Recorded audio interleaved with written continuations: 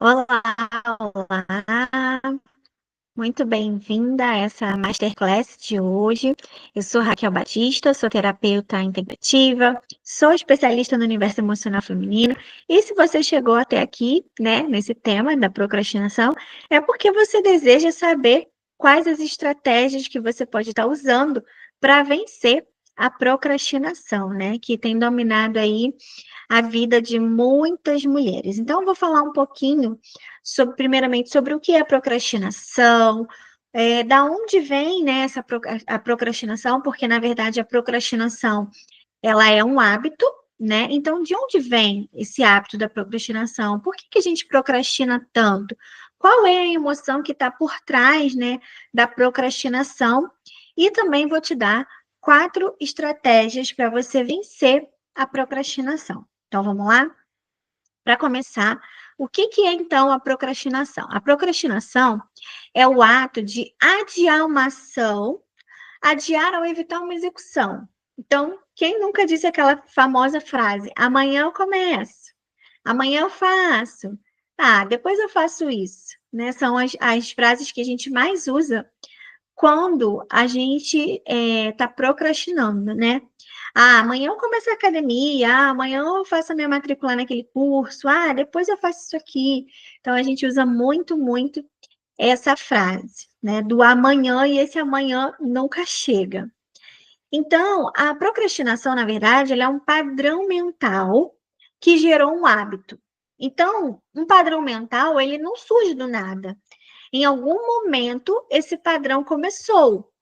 E esse padrão, ele surge a partir de uma experiência que a gente viveu.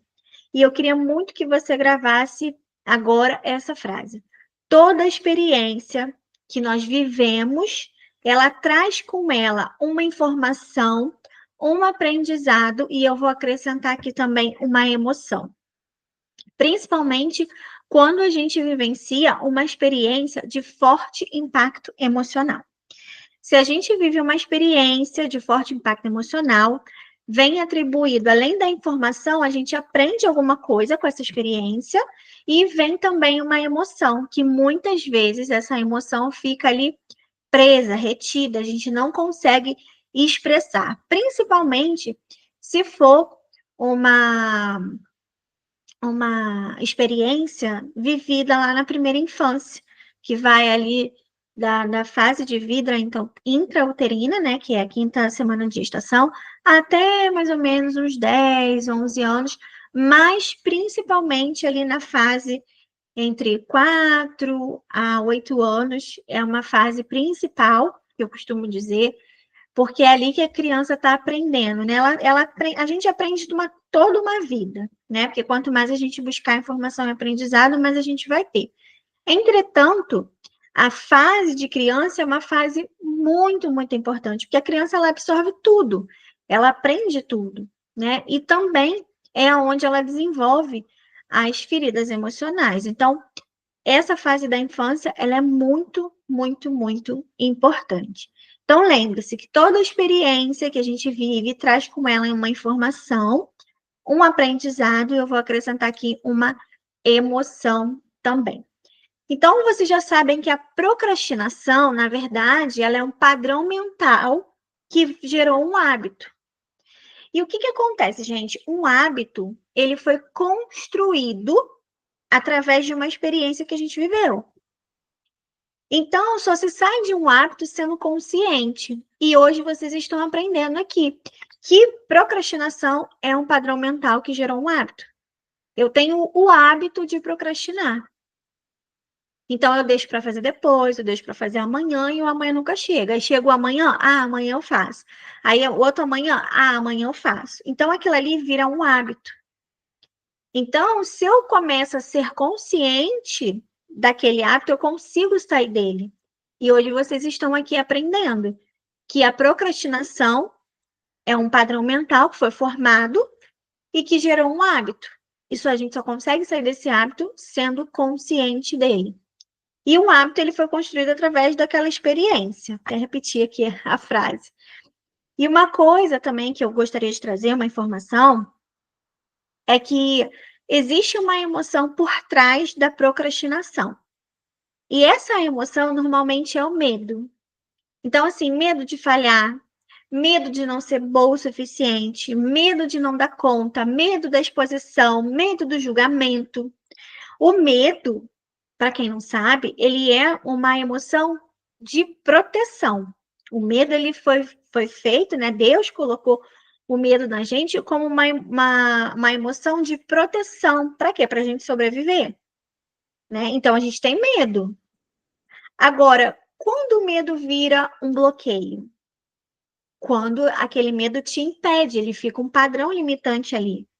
Então, eu não faço isso porque eu estou com medo de falhar, eu estou com medo de não conseguir dar conta, eu estou com medo do julgamento do outro, eu estou com medo da exposição, então eu não faço. Isso acontece muito na vida profissional. Então, por que que eu não consigo, muitas vezes, colocar os meus planos profissionais em prática? Muitas vezes porque tem aí o medo de falhar. Então, se eu tenho medo de falhar, eu nem vou começar, porque eu posso me frustrar, eu posso ficar triste, então eu não começo, eu adio, né? Eu tenho medo de não ser boa o suficiente. Então, como eu tenho esse medo de não ser boa o suficiente, eu também não começo, eu demoro para começar. Eu não faço, por quê? Porque eu não quero ficar exposta, porque eu tenho medo do que a pessoa vai falar, eu tenho medo de errar e ser criticada. Então, muitas vezes, eu procrastino porque tem aqui a emoção do medo escondida por trás da procrastinação. Então, aqui eu trouxe para vocês algumas possibilidades e causas da procrastinação. Uma delas é a ferida emocional, né? Então, quando a procrastinação ela vem a partir de uma ferida emocional, e eu vou dar aqui alguns exemplos para vocês. Quer ver um exemplo que acontece muito, né? E eu ouço todos os dias, várias histórias, né, de muitas mulheres. Então, o que que acontece? Eu consigo, ao ouvi-las, perceber muitas vezes da onde está vindo aquela procrastinação, né? Porque você sente ali o medo como predominante, elas percebem que tem ali o medo que predomina, que é o medo do julgamento, o medo de não se sentir boa o suficiente, e aí esse medo gera essa procrastinação, e aí dali vira um hábito. Então, por que que vem essa procrastinação a partir da ferida emocional, por exemplo? Porque aquela criança ela passou por alguma experiência que modelou ali, por exemplo, uma ferida emocional. E agora eu vou dar alguns exemplos para vocês entenderem como funciona essa dinâmica. Por exemplo, aí eu botei aqui a foto de uma menininha. Vamos supor que a menina está ali explicando alguma coisa na escola, né? Na sala de aula. E aí, aquela menina, por alguma coisa, sei lá, gagueja ou erra uma palavra, né? Ou ali por nervoso, pela vergonha de estar exposta naquele momento, ela comete um erro. E aí a professora vem, dá um baita de um passa fora nela, né? Ou chama ela de burra, né? Isso acontecia muito, muito antigamente, e eu tenho relatos de mulheres que passaram por situações vexatórias e que modelaram ali uma ferida da humilhação, por exemplo, porque foram expostas no ambiente escolar.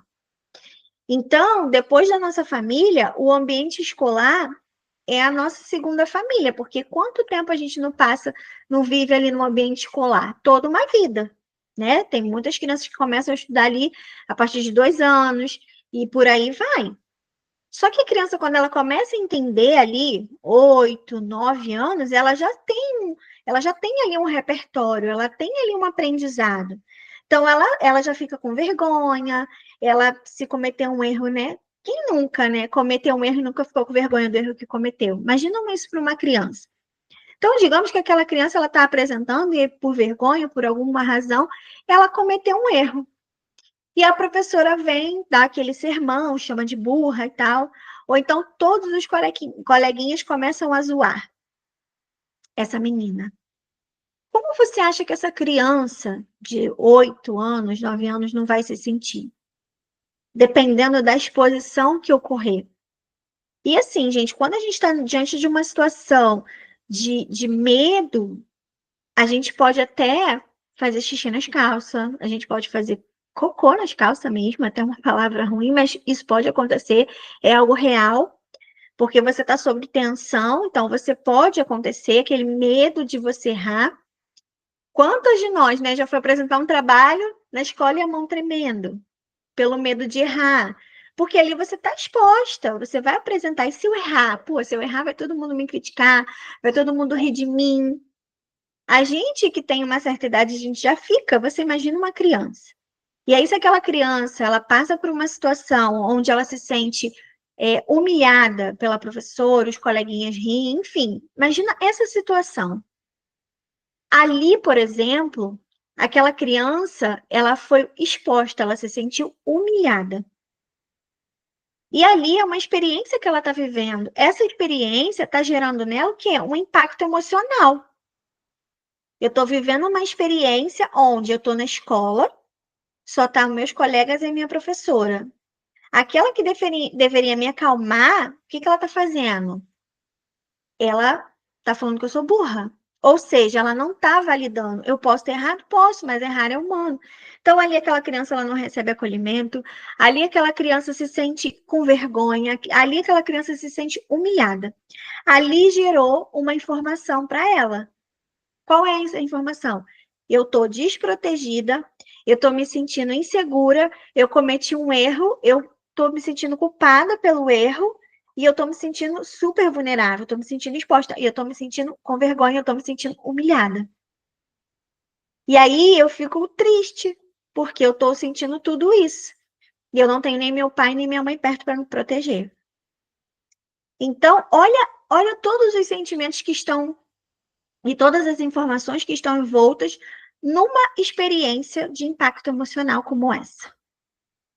É assim que uma criança se sente. É assim que uma criança vê a situação, né? E aí tem outras experiências, por exemplo, quando uma criança ela ajuda nos afazeres domésticos, né? Porque tem criança que ajuda, tem criança que não. Eu, por exemplo, eu sempre ajudei a minha mãe nos afazeres domésticos. Né? Mas tem criança que, quando ajudava a mãe, por exemplo, a mãe queria que a criança fizesse do jeito que ela faz. Só que uma criança, ela não faz igual a mãe. Só que a mãe, muitas vezes, quer cobrar que a criança faça igual. Só que, às vezes, aquela mãe quer um resultado daquela criança com perfeição. Aquela criança não vai entregar esse resultado. Então, aquela criança não corresponde à expectativa da mãe. Como aquela criança não atendeu à expectativa da mãe, o que acontece? A mãe briga. Você faz tudo errado, você não sabe fazer nada direito. E aí, não vem uma validação, vem uma reprovação. Com isso, com essa experiência, onde eu dei o meu melhor, eu fiz o que eu podia, e eu ainda fui criticada por isso, eu aprendi com aquela situação. De repente, eu sinto aquela culpa, porque eu não consegui atender as expectativas da minha mãe. E aí, como eu não consegui atender as expectativas da minha mãe, eu fico frustrada, eu fico triste, me sinto mal. Muitas mulheres desenvolvem aí, né? E se isso se repetir sempre, ali ela vai empilhando aquela informação que ela não é boa. Então, tudo isso fica gravado na mente dessa criança que, quando ela tiver em outras situações semelhantes, sabe o que ela vai lembrar? Ai, eu não sou boa o suficiente. Porque quando eu ajudava minha mãe me criticava. Sempre vinha alguma coisa da minha mãe que não estava bom, então tem que ser perfeita, porque junto com a procrastinação vem junto o perfeccionismo. Normalmente, quem tem procrastinação tem a perfeição junto. Se aquela criança ela cresce, por exemplo, num ambiente de muitas críticas, talvez ela não receba a crítica, mas ela está num ambiente em que ela vê outras pessoas sendo criticadas. Então, aquele ambiente está gerando nela o quê? Uma informação. Aquele ambiente está moldando ela. Eu não estou recebendo a crítica, mas eu estou vendo quem está recebendo a crítica. Então, eu também estou aprendendo através disso. Entende? Então, se eu sou o tempo todo criticada, eu não me sinto boa o suficiente. Quando foi que a minha mãe me elogiou? Quando foi que meu pai me elogiou? Quando foi que eu recebi um elogio? Muito pelo contrário, eu escutei que eu não era boa o suficiente, que eu não prestava para nada, que eu não fazia nada direito, ou eu ouvia as críticas das pessoas ali. Então eu aprendi que as outras pessoas julgam as outras, porque quem critica está julgando de uma certa forma. Então, quando eu tenho medo do julgamento, porque eu tenho medo de quê? De não atingir a expectativa do outro. E se eu não atingir a expectativa, muitas vezes, do outro, o outro vai me criticar. Eu não quero ser criticada. Entende como é que funciona? Então, ali também modela uma crença limitante. Eu fui uma pessoa assim, que eu modelei a crença, uma crença limitante do não merecimento. Por quê? Porque eu ouvia muitas críticas. Então, eu pensava, caramba, eu não mereço ser elogiada, por exemplo. Eu estou fazendo o meu melhor. Gente, pensa numa pessoa ruim de matemática, era eu. Todo ano eu ficava pendurada em matemática, porque a matemática não entrava na minha cabeça.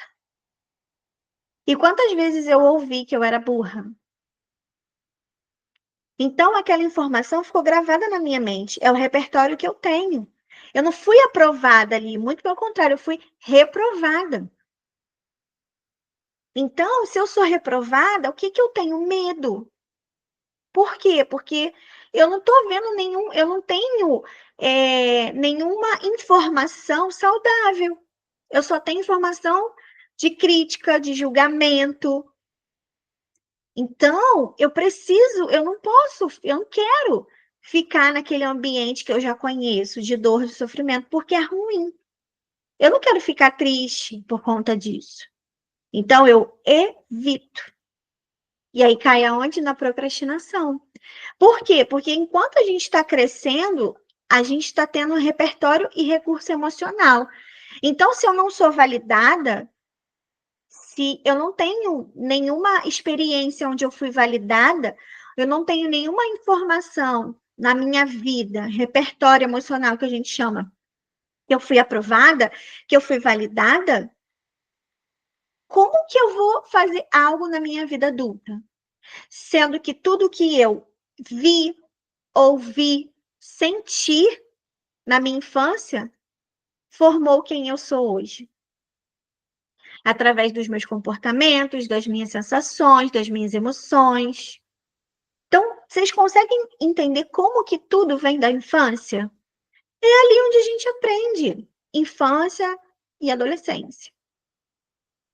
Se eu cresço num ambiente vivendo crítica todos os dias e que eu não sou boa o suficiente, que eu não estou sendo validada, quando eu estiver diante de um desafio, eu tenho um repertório emocional, tenho recurso de avanço, eu não vou ter.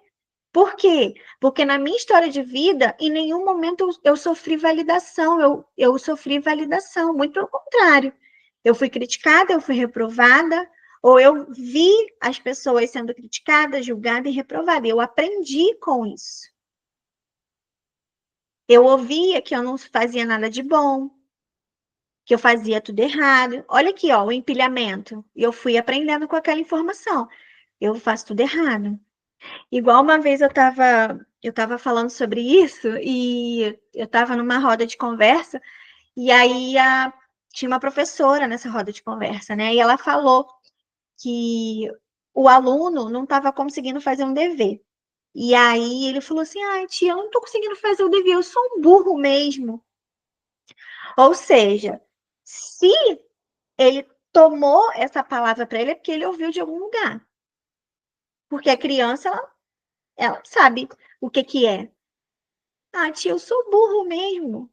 Ou quantas vezes você já repetiu para você? Ai, eu sou uma burra, eu sou uma idiota, eu não faço nada direito mesmo. Por que que você repete isso para você?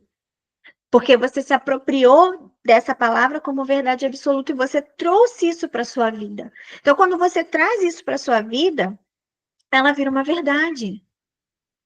E aí, como que eu vou alcançar algo? Como eu vou prosperar, por exemplo, na minha vida financeira, se eu não me sinto boa o suficiente? Se eu acho que eu não sou capaz? Então, percebe que há um bloqueio? Há um bloqueio. E aí, se eu começo alguma coisa, eu paro, porque às vezes alguma coisa não dá certo no meio do caminho. Opa, não deu certo. É porque realmente eu não sou boa, então. Quando não. Às vezes você está ali num caminho que acontece algo errado, mas aquele algo errado, aquele desafio veio para te fazer crescer. Mas a gente não consegue ver dessa forma. A gente vê o quê? Que aquele desafio veio porque eu não sou boa o suficiente. Quando na verdade não. Quando na verdade, se você está tendo um desafio, se você está tendo um bloqueio no caminho, é porque você precisa aprender algo que você ainda não aprendeu. Só que a gente, como a gente não tem repertório, ninguém ensinou isso pra gente, só quem está no caminho da autocura emocional, só quem está no caminho do autoconhecimento consegue ter essa outra consciência. Que quando vem um desafio, é porque eu preciso passar aquele desafio. Mas se eu não tenho recurso emocional para passar, eu vou parar. Ou eu vou fazer o quê? Vou procrastinar. Eu vou evitar isso. Entende? Então, aqui é uma das causas, né, da procrastinação, quando vem de alguma ferida emocional. Agora, eu vou falar um pouquinho sobre uma outra possibilidade, né, da causa, e uma outra causa, né, uma outra possibilidade da procrastinação, que é o sistema de recompensa, quando você só quer fazer tarefas compensatórias e sem esforço. Por quê? O nosso cérebro, ele não gosta de gastar energia com aquilo que não é compensatório. Então, por exemplo, por que que é difícil para mim fazer academia? Qual é a satisfação que a academia traz para mim? Eu vou ter que pegar peso. Então eu faço o quê? Eu evito, falo que amanhã eu começo a academia, que amanhã eu vou. Por quê? Porque para mim é muito pesado, eu tenho que me esforçar muito para ir na academia. Eu não gosto de academia, eu não me sinto bem em academia, eu não quero pegar aparelho, eu não quero fazer ginástica, é incômodo para o meu corpo, eu não quero sentir esse incômodo. Entende? E por que que as pessoas começam muito bem, começam muito motivadas, daqui a pouco parar no meio do caminho? Porque elas começam a não ver resultado. Olha o desafio aí, olha o bloqueio chegando. Ah, vou parar de fazer academia porque eu não tô vendo resultado? Porque as pessoas estão acostumadas, ó, no fast, tudo rápido. Só que são processos. Tudo que você é hoje enquanto adulto, você levou um tempo para construir. Todo o aprendizado que você tem até o dia de hoje, você levou um tempo para construir esse aprendizado.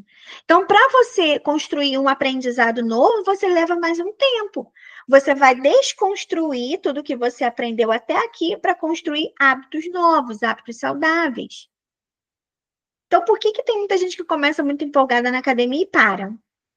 Porque não quer fazer, não quer ter o esforço, não quer pagar o preço de ir lá, de ir na academia, de fazer teu exercício. Elas querem ter um corpo perfeito. É por isso que muitas vão para cirurgia plástica, procedimento estético, nada contra, tá? Nada contra mesmo. Eu, assim, eu falo que se eu tivesse coragem, eu faria alguns, mas eu não tenho. Então, assim, nada contra quem quer fazer um procedimento estético no corpo, cirurgia plástica, nada contra, para ficar mais bonita, se você se sente bem, ok. Mas muitas não querem pagar o preço. E por que quantas também morrem numa mesa de cirurgia, gente? Vira e mexe, a gente assiste aí. Ah, Raquel, foi porque chegou a hora dela. Ok, tudo bem. Mas se ela não tivesse feito, será que realmente aquela era a hora dela? Entende? Então, outra coisa.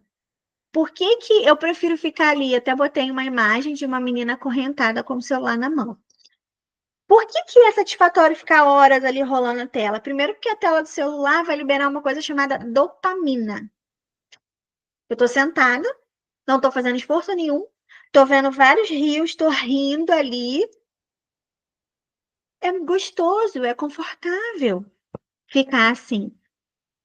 E aí eu passo ali horas rolando o feed, quando eu precisaria estar estudando, quando eu precisaria. Gente, uma coisa que eu quero trazer aqui. Eu gosto de ver também, eu vejo, mas a gente tem que trazer a consciência de o quanto isso está impactando na minha vida. Por que que ao invés de estudar, ao invés de eu ter que fazer o que eu tenho que fazer, eu tô ali no celular? E assim, passa rápido, gente. É 1 hora, 2 horas que você gasta ali. Quando você vê, são 2 horas, 1 hora que você poderia estar fazendo algo mais produtivo. Você não fez.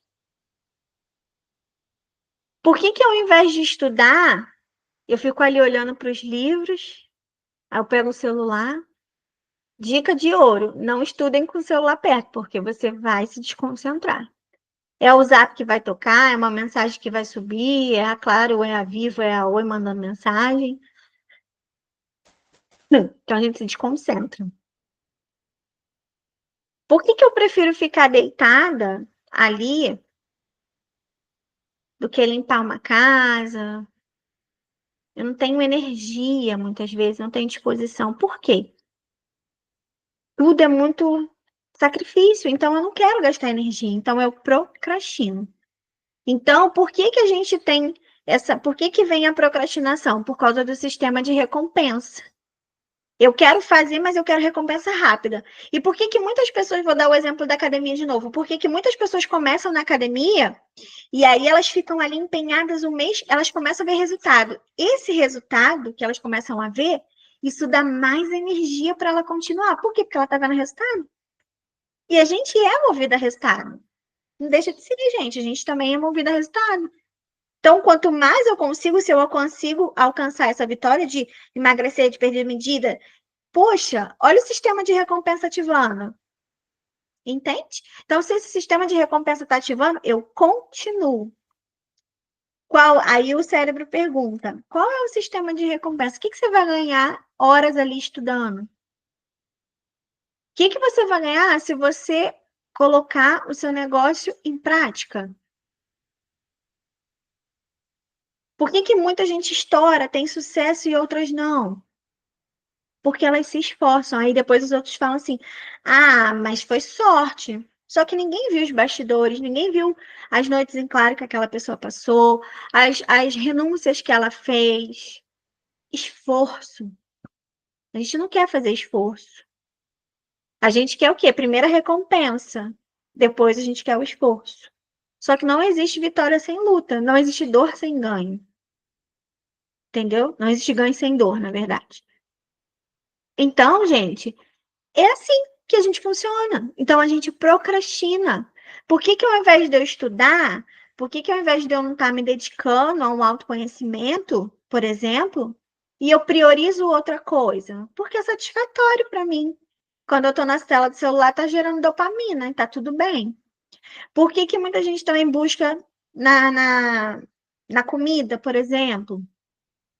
Porque a comida, o doce principalmente, traz o quê? Gera o quê? O açúcar. Dopamina. Dopamina é o hormônio do bem-estar. Então, é por isso que muitas pessoas compensam as suas dores emocionais na comida. Por causa disso, é um sistema de recompensa que o cérebro tem para compensar. Aí outras já não buscam na comida, buscam nos vícios. Álcool, tabagismo, drogas, enfim. E a terceira, gente, é o luto. É uma outra possibilidade da procrastinação, tá? Porque quando a pessoa ela está presa em alguma fase do luto, por exemplo, ela perde o sentido da vida e nada mais tem alegria. E aí ela não sente vontade de fazer nada. Ela evita fazer, ela procrastina, porque ela não vê sentido nas coisas. Então, é necessária aqui uma estratégia para você superar a procrastinação que vem do luto, por exemplo. É uma possibilidade, tá, gente? Pode acontecer. A maior parte vem da ferida emocional, mas tem a possibilidade de vir do luto e tem também a possibilidade de vir por causa do sistema de recompensa. Aí aqui a gente vai usar uma outra estratégia para poder romper com esse ciclo, com esse hábito da procrastinação. Então, luto, se você está lidando com luto, por exemplo, e você está vendo que a sua vida está estagnada e parada, e você está procrastinando, pode ser que venha do luto. Pode ser que você esteja ali estacionado em alguma fase do luto e isso está bloqueando você. Às vezes a pessoa ela era tão perda de uma mãe, por exemplo, até mesmo a perda do pai, né? Dependendo ali se aquela mulher é mais ligada ao pai ou à mãe. Ela perde tanto sentido de viver. Por quê? Porque muitas vezes o porto seguro dela era a mãe ou o pai. Então, quando ela perde isso, ela fala: Cara, eu perdi tudo. E eu perdi a minha mãe também. E eu achava que ela era meu porto seguro. E aí eu falei: Caramba, o que que vai ser de mim agora? Como eu vou resolver a minha vida sem a minha mãe por perto? Só que eu aprendi a viver sem ela e depender de Deus. Por quê, gente? Porque eu tinha 3 crianças para olhar. Que era minha filha, né? Que tinha. Opa, voltei aqui.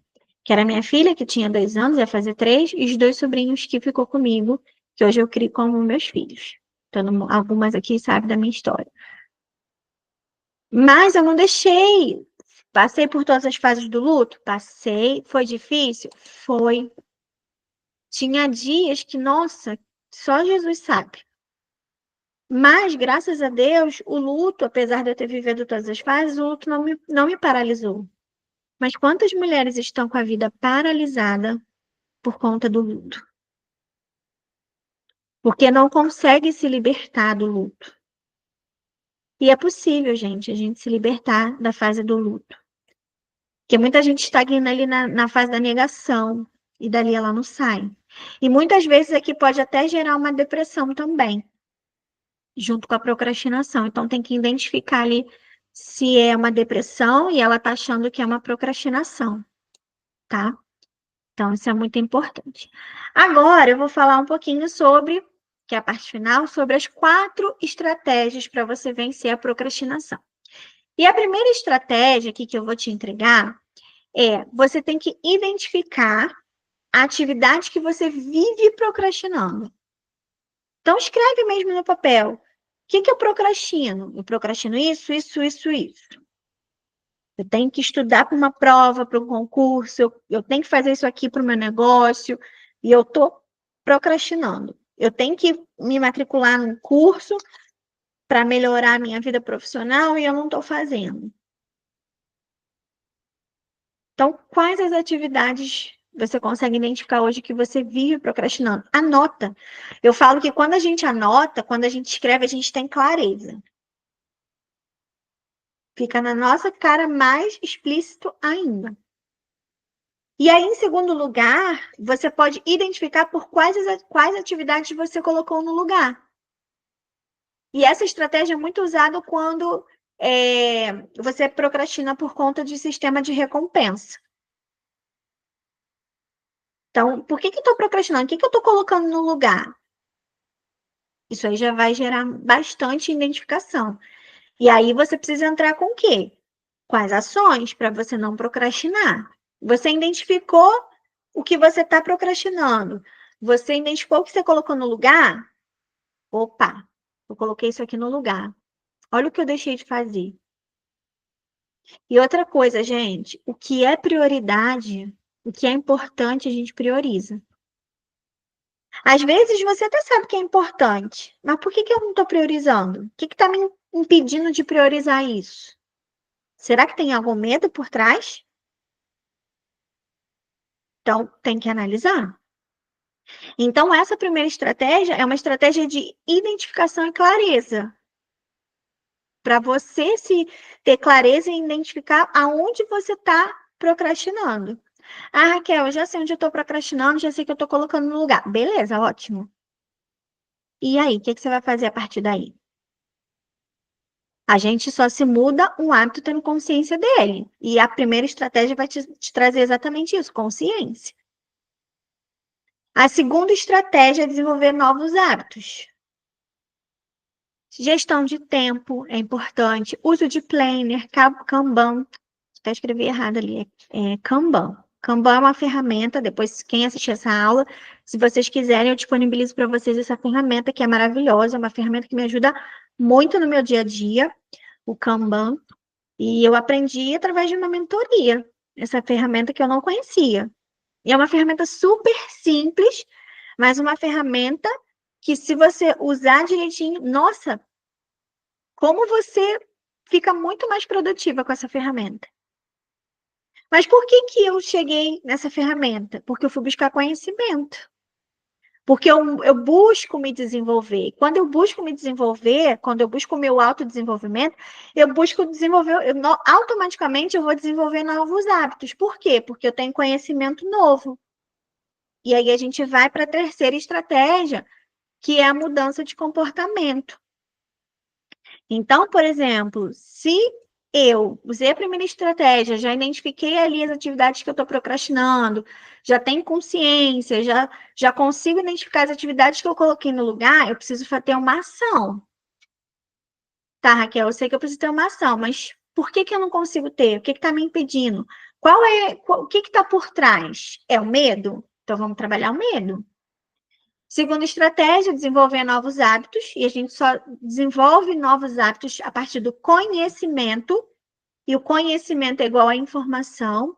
Se eu tiver uma boa gestão de tempo, se eu usar planners, se eu buscar isso, eu vou ter. Então, eu vou começar a buscar o quê? Recursos para eu evitar a procrastinação. Porque se ela é um hábito, eu desenvolvi, eu tenho que botar um novo hábito para desenvolver e eliminar a procrastinação. Mas não basta só isso. Eu falei para vocês que eu ia entregar 4 estratégias e agora eu vou entregar a terceira. Mudança de comportamento.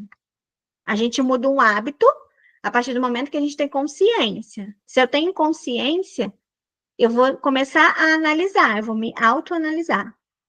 E a gente só tem também uma mudança de comportamento para eu mudar a procrastinação, eu preciso mudar o meu comportamento. E nós só conseguimos mudar o nosso comportamento se a gente mudar primeiro aqui, ó, a nossa mentalidade. Então, se eu tenho consciência, eu começo a mudar a minha mentalidade, eu começo a mudar, desculpa, a minha forma de pensar, eu vou ter outros estímulos. Então, por exemplo, se eu tiver uma nova mentalidade, eu vou desenvolver novos caminhos neurais. Nosso cérebro tem uma capacidade chamada neuroplasticidade, que é a capacidade de se desenvolver e aprender coisas novas, né? Então, eu tenho isso. Deus nos fez perfeitos. Então, eu tenho capacidade de aprender até quando eu tiver uma velhinha. Eu estou sempre aprendendo. Então, se eu desenvolver a minha mentalidade, se eu conseguir mudar a minha mentalidade, mudança de mentalidade vem através de novos conhecimentos. Não tem como você ter um novo conhecimento e não mudar, mesmo que seja 1% a sua mentalidade. Porque quando você tem acesso a um conhecimento, você tem acesso a uma informação. E automaticamente você vai formar ali um novo caminho neural. E esse novo caminho neural, se for um caminho neural saudável, você vai ter repertório emocional e você vai ter recurso de avanço.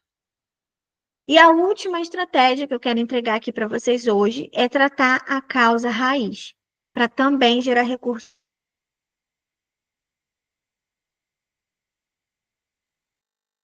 de avanço. Você está aqui comigo, você está tendo consciência da onde está vindo a tua procrastinação. Com tudo que eu te falei aqui. Está vindo por quê? Está vindo de uma ferida emocional? É o medo que está predominando e está me impedindo?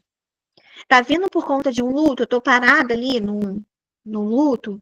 Tá vindo de um sistema de recompensa, eu tô evitando, tô procrastinando porque exige esforço, eu não quero ter esse esforço. Entende? Então, se vem de uma ferida emocional e se vem do luto, você pode tratar a causa raiz para gerar o recurso de avanço para você. E aí você automaticamente você vai eliminar o sintoma e o hábito da procrastinação. Então é isso, meninas. Hoje você teve o conhecimento. E a partir de agora, o que você vai fazer com esse conhecimento novo? As estratégias eu já te dei e eu tenho certeza que você conseguiu identificar alguma coisa aí na sua vida, através dessa masterclass, desse conhecimento que eu trouxe para você hoje. E a partir de agora, o que você vai fazer? Essa é a reflexão que eu deixo com você. E eu coloquei aqui, para terminar, You can do this, que significa você pode tudo. Você pode tudo isso. Então, eu quero finalizar aqui dizendo que você pode todas as coisas. Se você, é, se você colocar em ação, e a gente vence muita coisa também agindo, você vai ver que sim, que você pode, que você consegue, que você dá conta, que você é capaz. Que o medo te paralisou tanto tempo e era só um pouquinho de coragem para avançar. Era só falar assim, medo, fica aqui um pouquinho, eu vou pelo menos tentar. Eu sei que você nesse momento quis me proteger, mas a partir de agora eu entendo que eu não preciso mais dessa proteção. E se vier outros desafios no caminho, eu sei que esses desafios é para o meu crescimento. E quero deixar aqui também para finalizar que é uma palavra, né, que eu gosto de ou começar ou encerrar com uma palavra de Deus. E a palavra de Deus diz que eu posso todas as coisas naquele que me fortalece. Então, se você procura se fortalecer em Deus, saiba que você pode todas as coisas nele. E se ele deixou esse versículo para gente, é porque ele sabe que nós podemos. Então, eu fico por aqui. Gratidão para você que esteve aqui comigo nessa masterclass, que esse conteúdo possa gerar recurso de avanço para você, que esse conteúdo possa te dar um impulso que talvez você precise aí. E se esse conteúdo foi importante para você, se você conhece alguém que precisa desse conteúdo, eu peço que você compartilhe esse conteúdo com outras mulheres que estão vivendo, né, na procrastinação. Então, eu fico por aqui. Um beijo grande e tchau, tchau, meninas.